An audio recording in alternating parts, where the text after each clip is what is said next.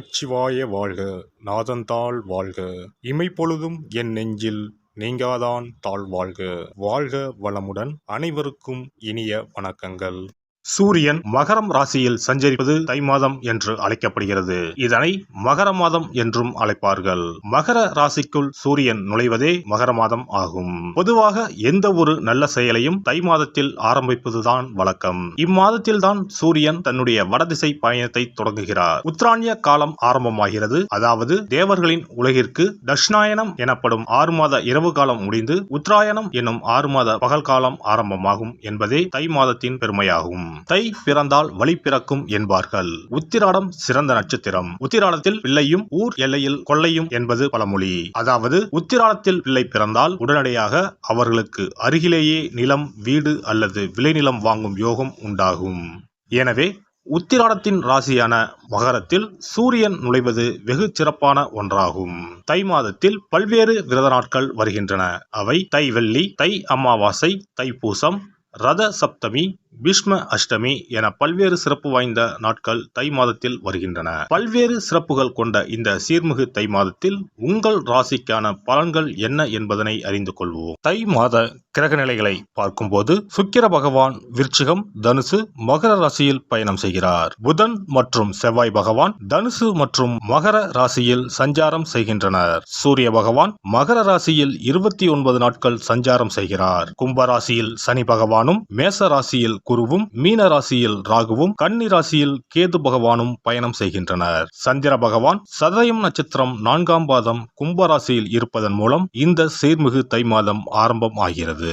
இந்த கிரக அமைப்பால் உங்கள் வாழ்வில் இப்படியும் நடக்குமா என வாயை பிளக்கும் அளவுக்கு நன்மைகள் நடைபெற உள்ளன. உங்களின் வளர்ச்சியை கண்டு நீங்கள் கடவுளாக பார்க்கும் உறவு ஒன்று உங்களுக்கு எதிரியாக வர வாய்ப்புண்டு. அது யாராக இருந்தாலும் எவராக இருந்தாலும் உங்களிடம் இருந்து சற்று தள்ளி இருப்பதே உத்தமம். சிம்ம ராசி அன்பர்களே, இந்த தை மாதத்தில் இருந்துதான் உங்களது வாழ்வில் திருப்தி, அதிர்ஷ்ட திருப்பங்கள் நடக்க ஆரம்பிக்கும். மாதம் தொடங்கியதில் இருந்து 21 தினங்கள் முடியும் வரை ஒவ்வொரு விஷயத்திலும் உயர்வு, மன மகிழ்ச்சி, குடும்ப ரீதியான சந்தோஷம், குதூகலங்கள், அத்தியாவசிய விஷயங்கள் பூர்த்தியாகும். வாரிசுகள் வகையில் திருப்திகள் என இம்மாதம் முழுவதும் மகிழ்ச்சியுடன் நகரப்போகிறது. ஆரோக்கிய சங்கடங்கள் விலகும். செவ்வாய் கிரகத்தின் வலிமை மாதம் முழுவதும் சாதகமாக இருப்பதால் அனைத்து சந்தோஷங்களையும், புதிய சொத்து பத்து சேர்க்கைகளையும், பொன் பொருள் ஆபரண விருத்திகளையும் திருப்தியோடு அடைய போகிறீர்கள். குடும்ப நிலை மகிழ்ச்சிகரமான மேன்மையுடன் நகரும். வாழ்க்கை துணையுடன் அந்யோன்யம் அதிகரிக்கும். உத்தியோக விஷயங்களில் எதிர்பார்க்கின்ற மேன்மைகள் முதல் வாரம் முடிந்த பிறகு நடக்கும். கடன் கண்ணி கொடுக்கல் வாங்கல், வாக்குறுதி, நாணய விஷயங்களில் இடர்பாடுகளுக்கு முடிவு ஏற்படும். தொழில் வியாபாரம், நிர்வாக விஷயங்களில் லாபம் காத்துள்ளது.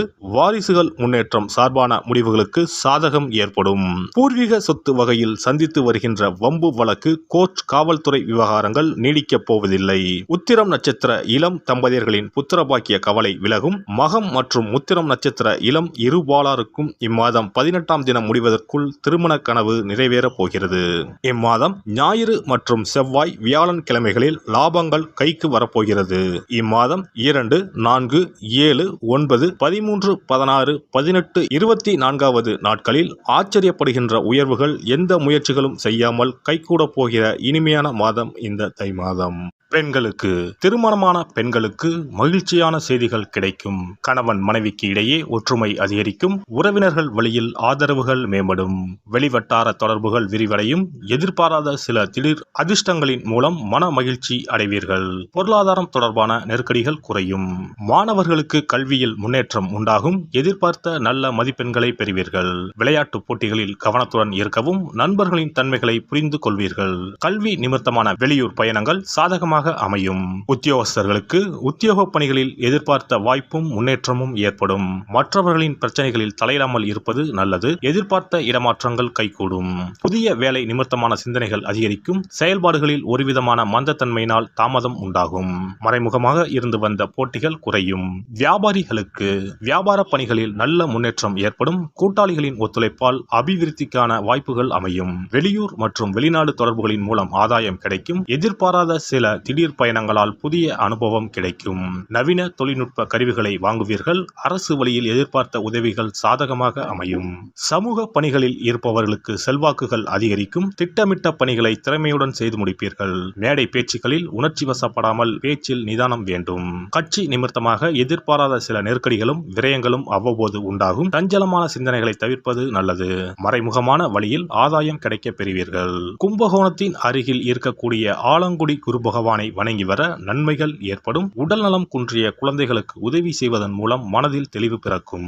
இனி தை மாதத்தில் கடைபிடிக்க வேண்டிய முக்கியமான விரதங்கள் என்னென்ன என்பதனை காண்போம். தை மாதத்தில் தைப்பூசம், தை அமாவாசை, ரத சப்தமி போன்ற விழாக்களையும், பைரவ வழிபாடு, வீரபத்திரர் வழிபாடு, தை வெள்ளி வழிபாடு போன்ற வழிபாட்டு முறைகளையும் இம்மாதத்தில் பின்பற்றுகின்றனர். தை கிருத்திகை முருகப்பெருமானுக்கு மிகவும் சிறப்பு வாய்ந்த நாளாகும். கார்த்திகை பெண்களை சிறப்பிக்கும் வண்ணம் கிருத்திகை திருவிழா கொண்டாடப்படுகிறது. ஆண்டுக்கு 3 கார்த்திகை தினங்கள் மிக முக்கியத்துவம் பெறும். அவை தை மாதம் வரும் தை கிருத்திகை, கார்த்திகை மாதம் வரும் பெரிய கிருத்திகை மற்றும் ஆடி மாதத்தில் வரும் ஆடி கிருத்திகை. தை மாதத்தில் வரும் கிருத்திகையில் விரதம் இருந்து முருகப்பெருமானை வணங்கி வழிபாடு செய்தால் நிச்சயம் திருமண தடை நீங்கும். புத்திர பாக்கியம் கிடைக்கும் என்பது ஐதீகம். தை மாதத்தில் வரும் பௌர்ணமியோடு கூடிய பூச நட்சத்திரத்தில் தைப்பூசம் கொண்டாடப்படுகிறது. இந்நாளில் சிவபெருமான் மற்றும் முருக கடவுளுக்கு வழிபாடு நடத்தப்படுகிறது. உமையம்மை வேலவனுக்கு சக்தி வேலை வழங்கிய நாள் தைப்பூசம் என்றும் கருதப்பட்டு வழிபாடு மேற்கொள்ளப்படுகிறது. இந்த தைப்பூச திருவிழா உலகெங்கும் உள்ள தமிழர்களால் சிறப்பாக கொண்டாடப்படுகிறது. தை அமாவாசை. தை அமாவாசை அன்று மக்கள் தங்கள் முன்னோர்களுக்கு தர்ப்பணம் எனப்படும் வழிபாட்டினை மேற்கொள்கின்றனர். ஆறு, குளம், கடல் போன்ற நீர்நிலைகளில் இவ்வழிபாடு மேற்கொள்ளப்படுகிறது. தை மாத அமாவாசையும் ஆடி மாத அமாவாசையும் மகாலய அமாவாசையும் முன்னோர்களுக்கான வழிபாட்டிற்கு உகந்தவை என கருதப்படுகின்றன. இவ்வழிபாட்டின் மூலம் தாங்கள் செய்த பாவங்கள் நீங்குவதாகவும் குழந்தை பேறு, குடும்பத்தில் ஒற்றுமை, சுபிட்சம், மகிழ்ச்சி ஆகியவை கிடைப்பதாகவும் கருதப்படுகிறது. ரத சப்தமி. ரத சப்தமி என்பது தை மாதத்தின் வளர்பிறையில் வரும் சப்தமி திதி அன்று கொண்டாடப்படுகிறது.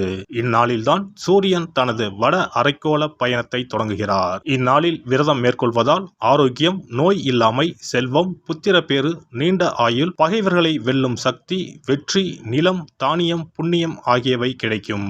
மேலும் மனக்கவலை, வியாதி ஆகியவற்றை நீக்கும். வழியில்லாமல் தவிக்கும் போது வழிகாட்டும் இந்த ரத சப்தமி. பைரவ வழிபாடு.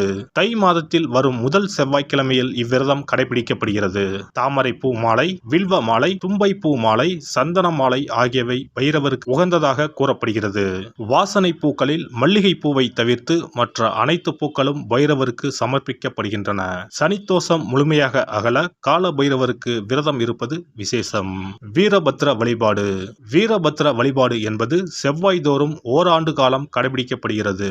ஓராண்டு வழிபட முடியாதவர்கள் தை மாத செவ்வாய்க்கிழமையில் மட்டுமாவது இந்த வழிபாட்டினை கடைபிடிக்கலாம். இவ்வழிபாட்டை மேற்கொள்வதால் நீங்காத தடையும் நீங்கும், தீராத பகையும் தீரும், நவ கிரக பாதிப்புகளில் இருந்து நம்மை காக்கும். தை வெள்ளி வழிபாடு.